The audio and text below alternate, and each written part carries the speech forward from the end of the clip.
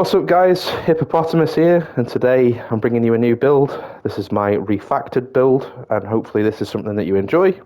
We'll start off as we always do, by going to the specializations table. So, we're using the technician. There's a few reasons for this, and I'll go over the main ones here. The first one would be the amped passive 1 skill tier, which allows us to have 1 extra skill tier for free. The dismantling talent is very nice, 12% extra damage to drones, skills, and proxy robotics. Blah, blah, blah. Very nice. Shooting at robotics helps us. This is going to tie in nicely with the build, and you'll see why soon. The EMP grenade is quite nice because we do actually take status effects rolls, which is going to help us.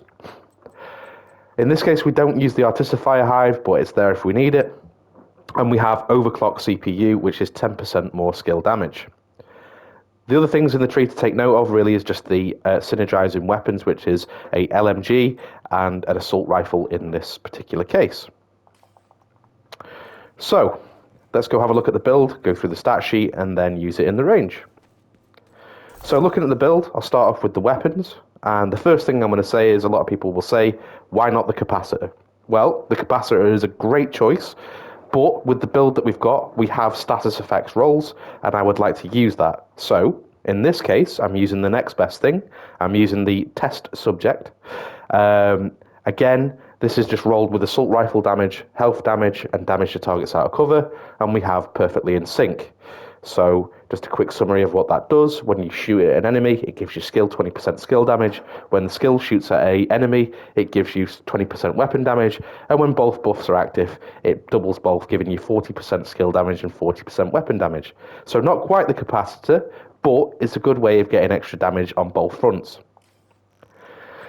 So, we didn't take the capacitor, so what did we take? We took the blue screen. Now, in this case, there is a reason for the blue screen, and I will go through that now.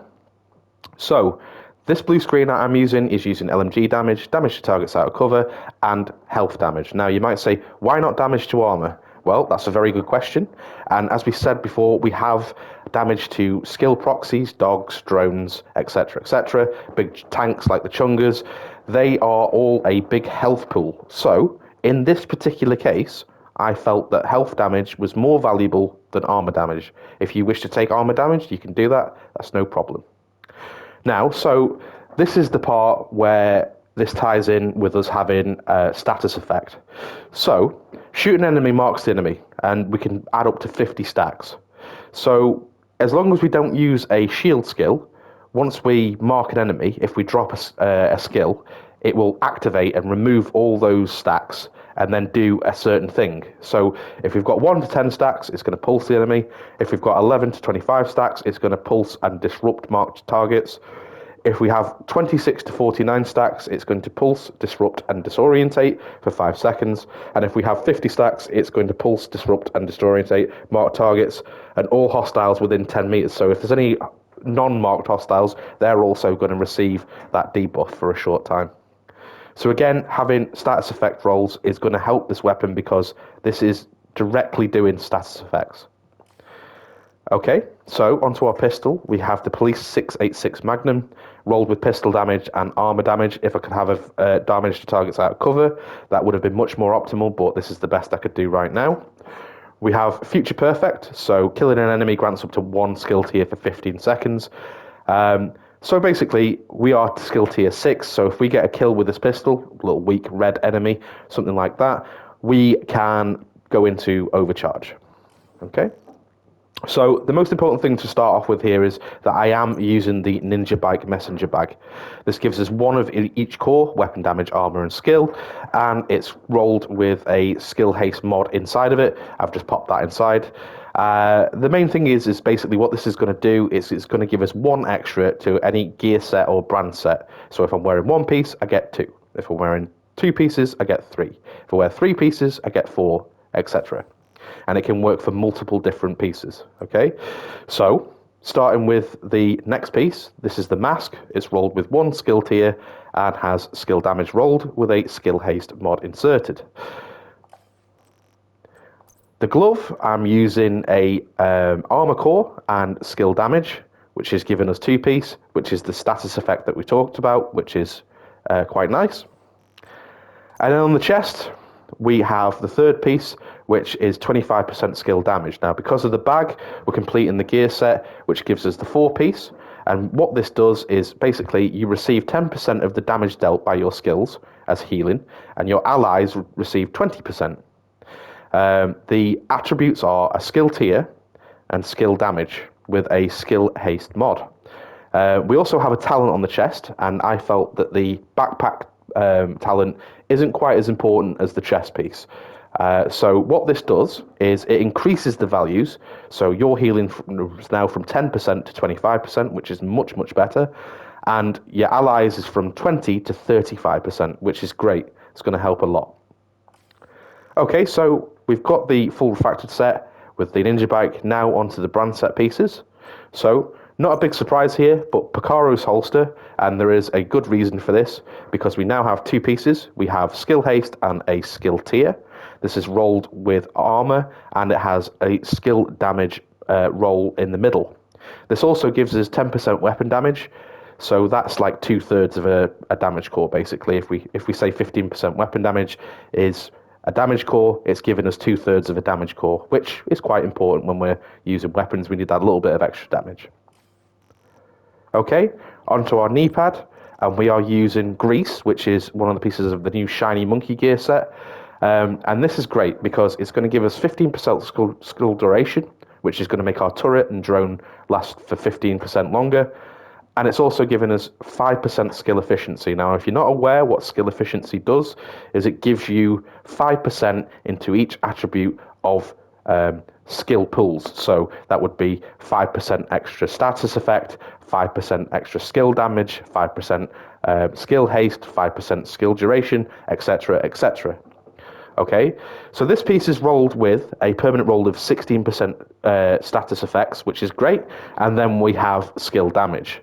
Now, the thing that I really want to concentrate on here is that we have 5% skill efficiency, so that's going to give us 5% status effect, and then on the knee we have 16, so that's going to give us 21 right there, and then on our gear set piece we've got another 15, so that's going to give us a total of 36, okay, if my counting's right, which is great because, again, remember, we are using the blue screen, and we also have those EMP grenades. So that wraps up that piece. Onto the skills. We are using the drone and the turret. Okay, these are universally agreed as the most beneficial for healing for your team, and it allows you to be a skill damage dealer and also a healer. So what we'll do is we'll just quickly nip over here. We'll check the range. The range is on heroic. We'll go in and we'll just quickly check our stat sheet. So we have perfectly in sync disruptor rounds and future perfect. We also have the specialization of the technician. So just going to go through the weapon values there quickly just to show you so you can see.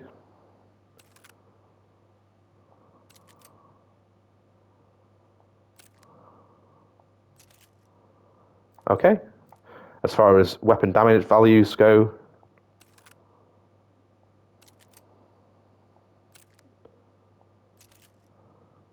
okay, so remember we have resourceful and increased interest. We're wearing a refracted brand set, 4-piece, 2 pieces of Brazos, and 2 pieces of shiny monkey. On the armor front, we have 1.3 million, just a little over. Max health.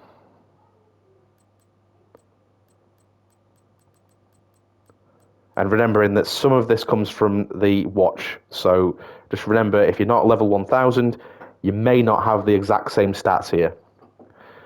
Okay, so remember we're in the range, so we probably just need to turn a couple of things off here before we show off a couple of stats. So I will just show the cooldown dead quickly. That was a mistake on my part, but let me just correct that. We'll go down to the skills. So we have a 15-second cooldown on the drone, which is quite nice, and a 270-second duration with 77,000 damage.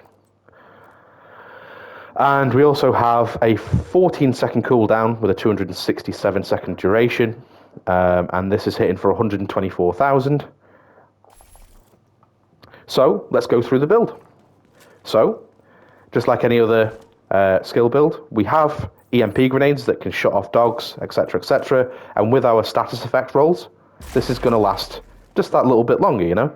We're actually going to get some value out of shutting down robotic enemies, which dogs, other things like that, which can be a real pain in the bum when you're fighting, and they run behind you and, you know, sort of flank you. So this is going to give teammates a chance to do damage. Now, obviously, I also have the blue screen, and this is something that I use just to paint targets with. And once we get those all-important stacks, what's going to happen is we're going to EMP and disrupt all the enemies that are around each other just by putting out a skill.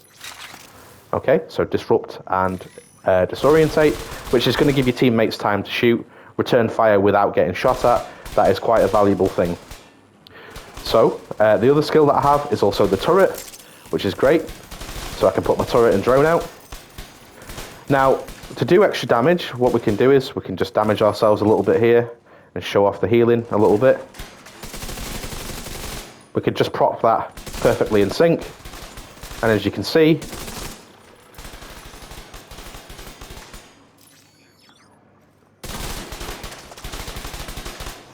the healing, although not massive, is enough to sustain you without a healer and have a damage build. So, hopefully you enjoyed this build. There's nothing really else to show off with it, but I think this is something that some people have enjoyed. If you want to see gameplay, that is something that I will do separately, and I'm just going to leave that disclaimer now. When I make build videos, I don't do gameplays because I'm using PlayStation to record videos. I don't have the ability to edit videos the same way as some other people do. So maybe in the future that might happen, but hopefully you've enjoyed this and it gives you something to play with. Thanks guys, see you in the next one.